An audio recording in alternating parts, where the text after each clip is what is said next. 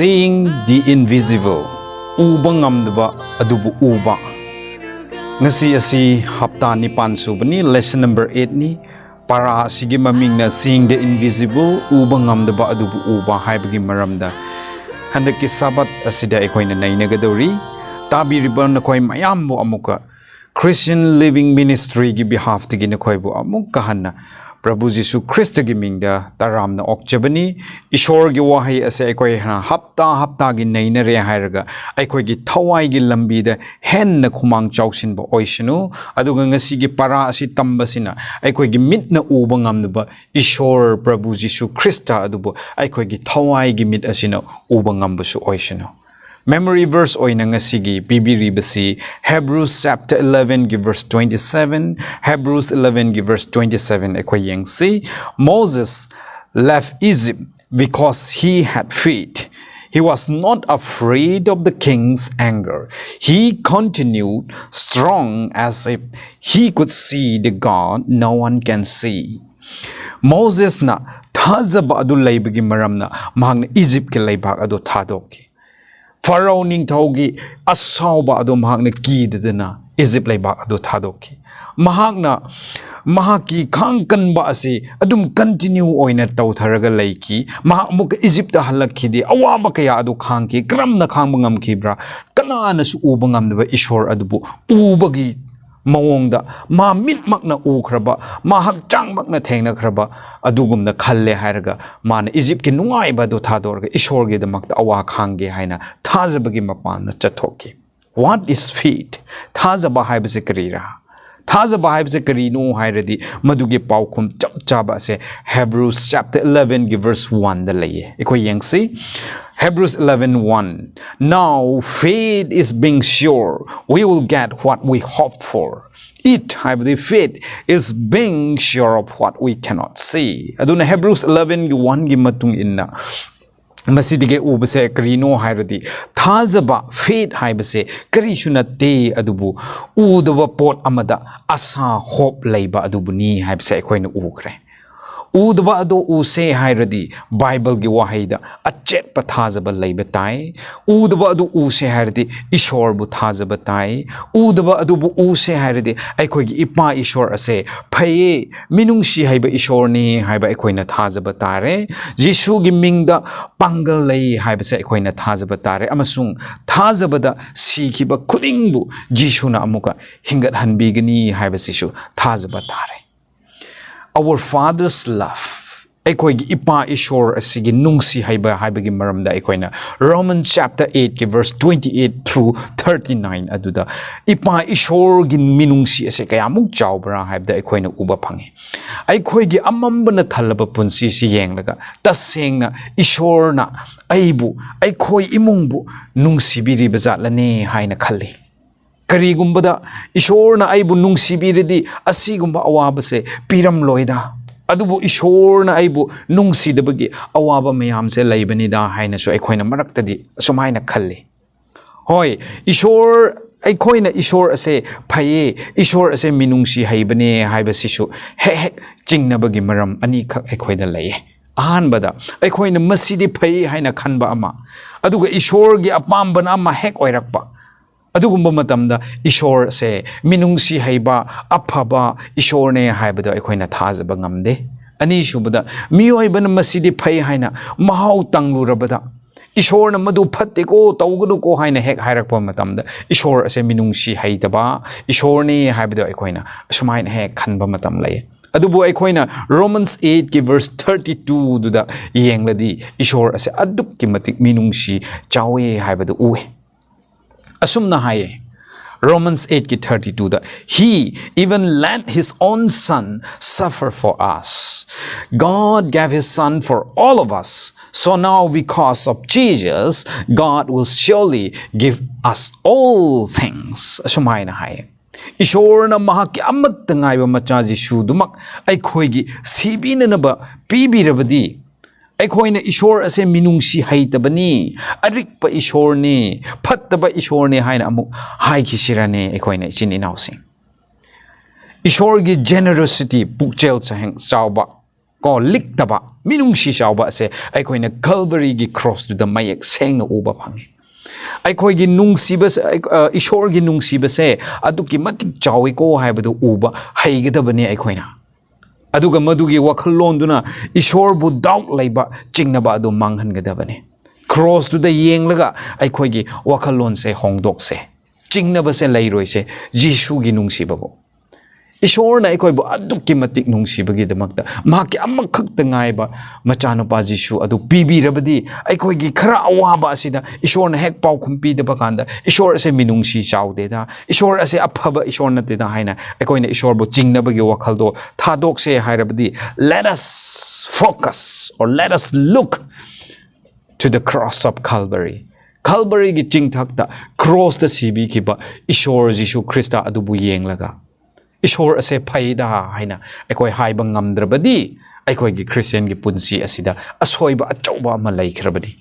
aduna let us look to cross aikoi cross adu di yenga Ishor gi minungsi adu uba ngambo oise aikoi chingnaba lairoise habase aikoi gi Sunday gi portion adu digi aikoi na uba phange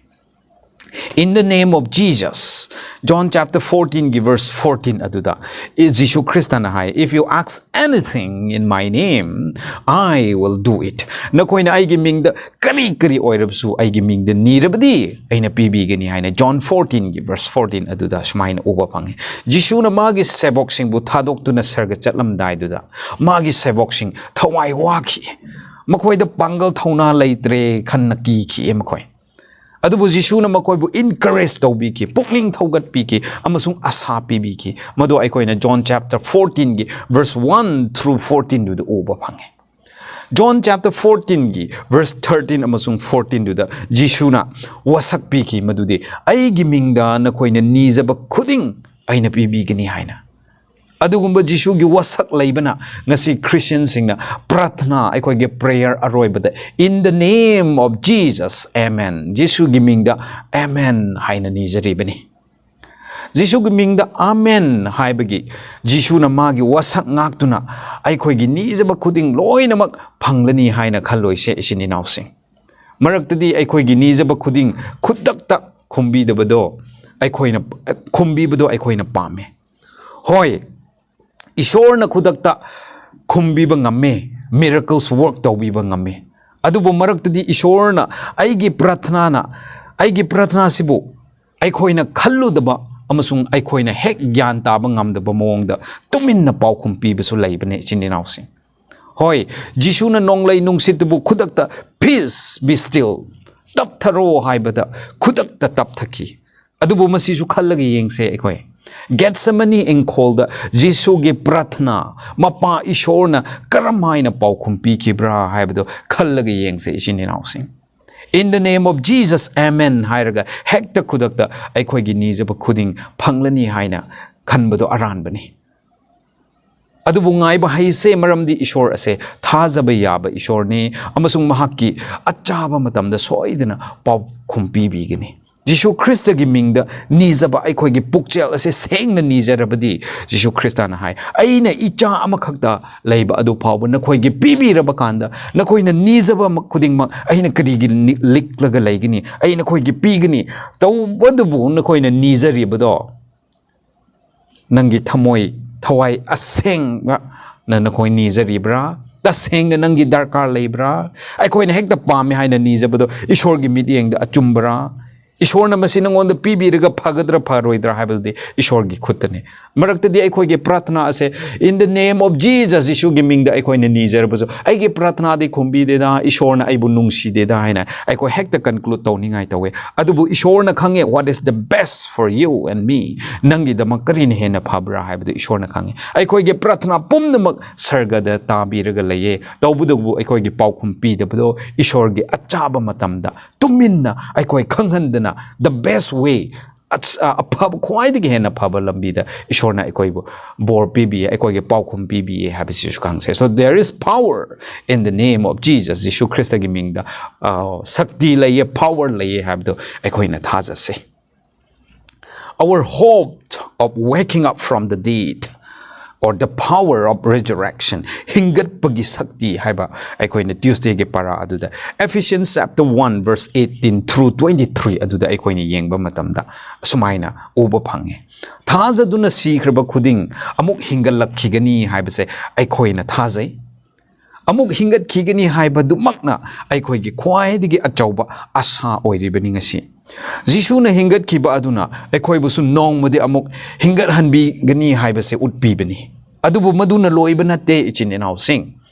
hoi akhoi amuk hingat kani haibase su utpi e chumme adubu madudigi henbadi karino hairaga jisuna hingat khraba tungda mahakpu mapa ishorge yet thangbada phamanki amasung power authority pangal thauna sakti khudingmak jisuda sinnaki adudi khallo Jisu Kristana hingat pada phangkiba sakti pangal adumak ngasi nang aikhoi da su pibirabane hai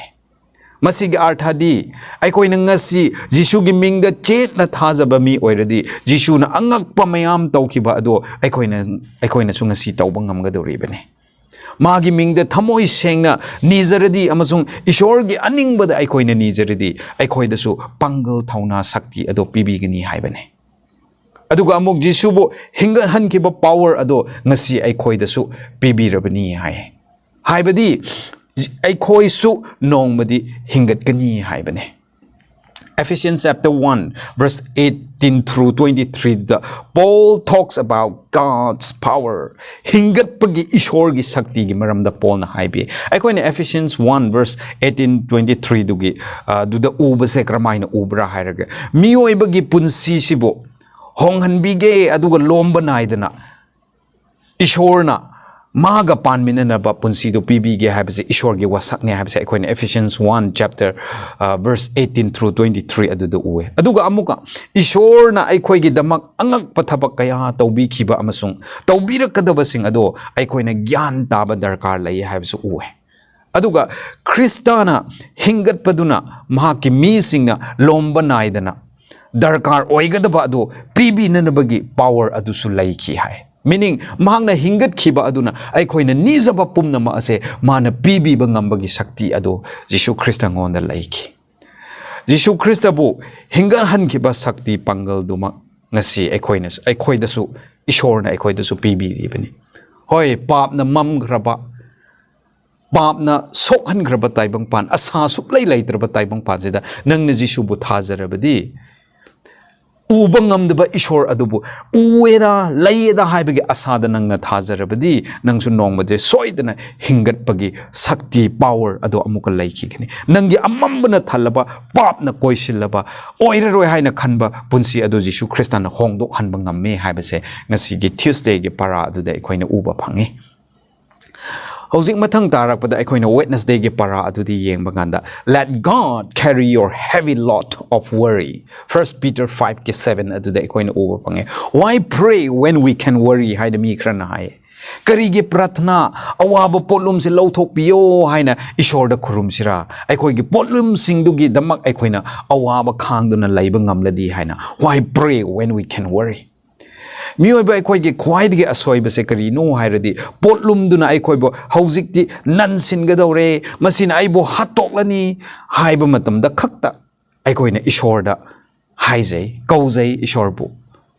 adubu ishorna aikoibo tambibadi adunate chininawsing nangi potlumdo lummankhre haiba matamda aingonda lao haide adubu ishorna haibadi karira hairaga cast your care upon Jesus nangi potlumne haina nangna khanba makhai ado ishor ngonda langsillo haibani nangi potlumdo Jisu gi shoulder lengbanda thammo haibani masise aigi damak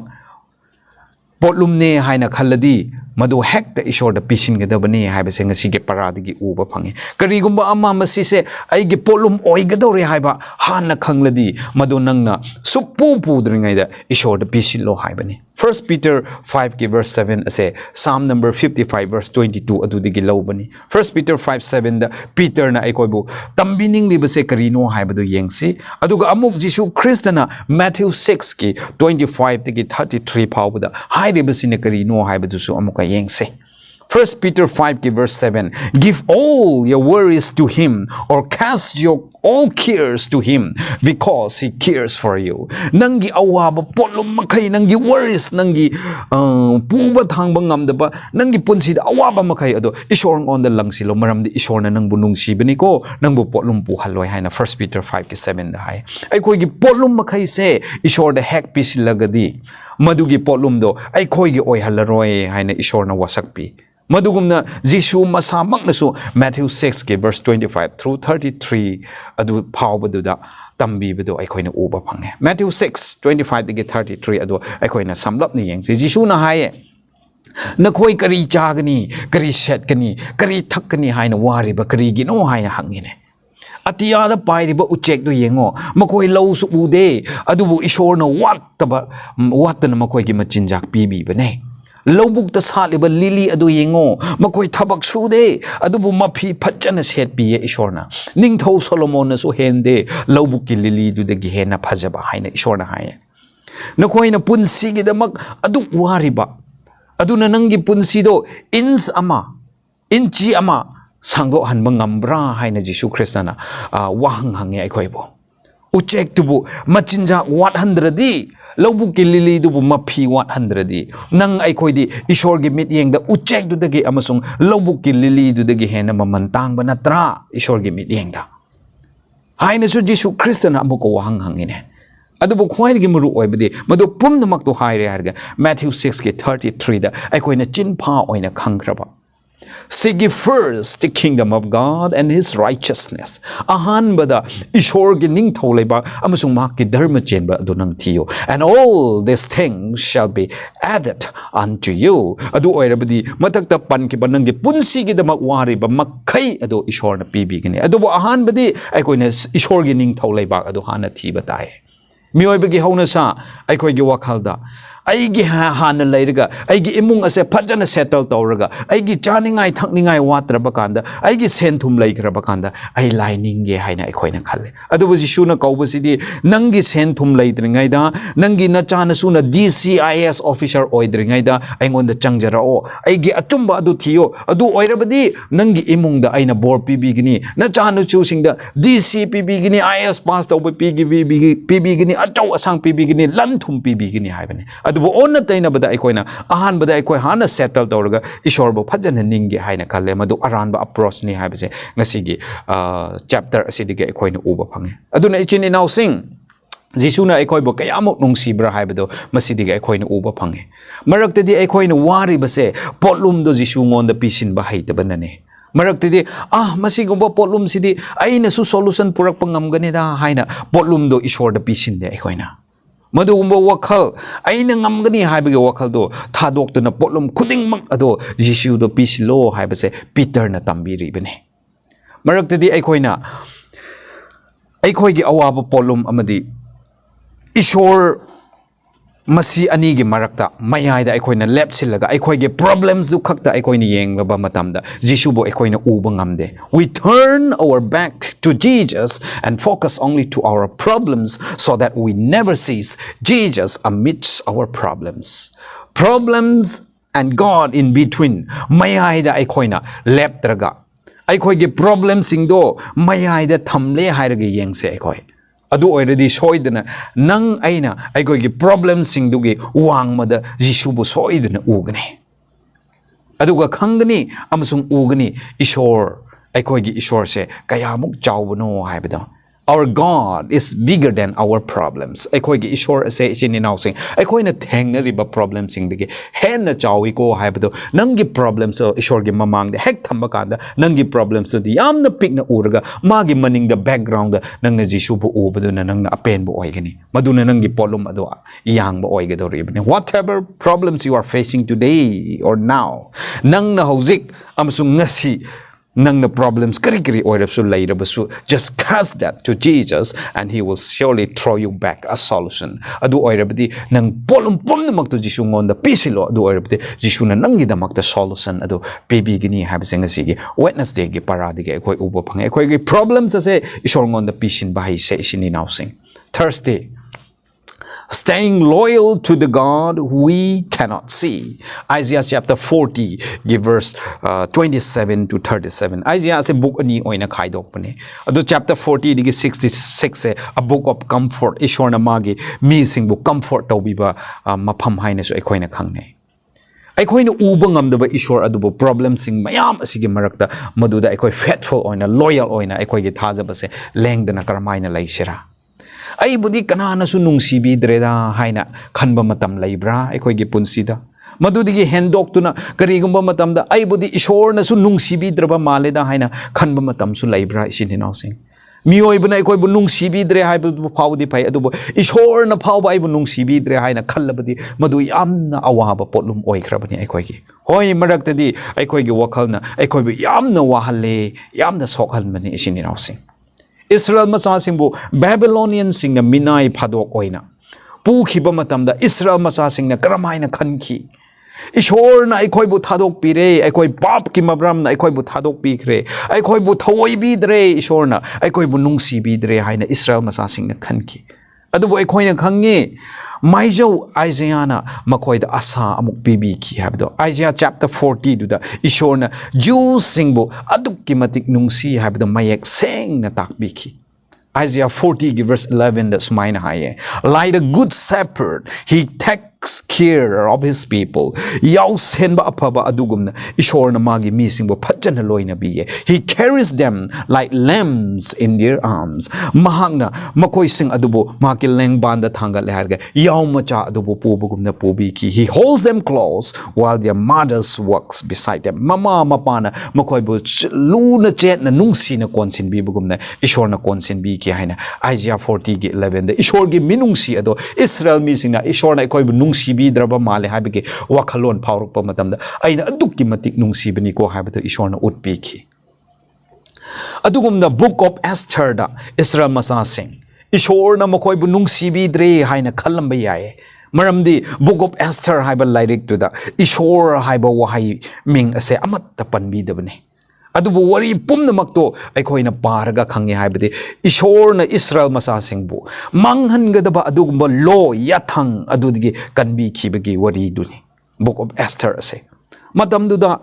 thokhibagumna taibangi aroiba matamda so ishor gi mi singbu sokhanna ba law yathang mayam lakani haibase aikoina Revelation chapter 13 gi verse 15 du uba phange taibang pan mioi bana semba yathang law mayam na ishor gi mi singbu otnai rakani haibase aikoina uba phange adugumba mioi bana semba law yathang mayam du degi ishor na Israel masa singbu kanbi ki amasung aroiba matamda so adumaina ishor na magi mi singbu kanbi gedori bane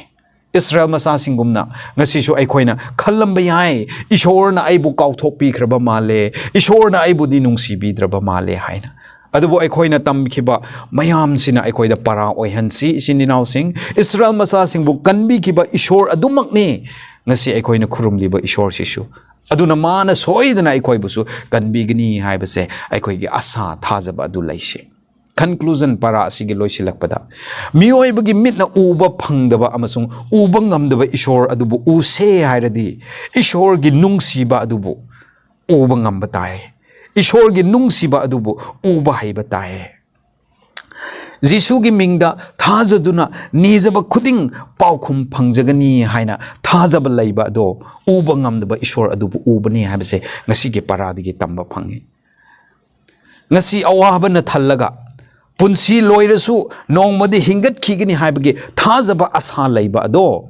uba ngamdaba ishor bu ubane habise sungasi paradigi uba phange amuka ai khoigi potlum khudingmak Jisu gi shoulder lengbanda thamba ngamba ado udaba ishor atubu ai khoina uba ga chap manabani habise asisu tamba phange aduga iroiroibada awa anang kaya na koisilasu aikhoigi thajama manghandana thamba ngamba ado uba ngamdaba ishor adubu ubane habase ngasige paradigi aikhoina uba phange So ꯑꯩꯈꯣꯏꯒꯤ ꯑꯀꯣꯏꯕꯗ ꯑꯋꯥ ꯑꯅꯪ problems ꯃꯌꯥꯝꯅ ꯊꯟꯕ ꯃꯇꯝꯗ ꯑꯩꯈꯣꯏꯅ ꯏꯁꯣꯔꯕꯨ ꯆꯦꯠꯅ ꯊꯥꯖꯔꯒ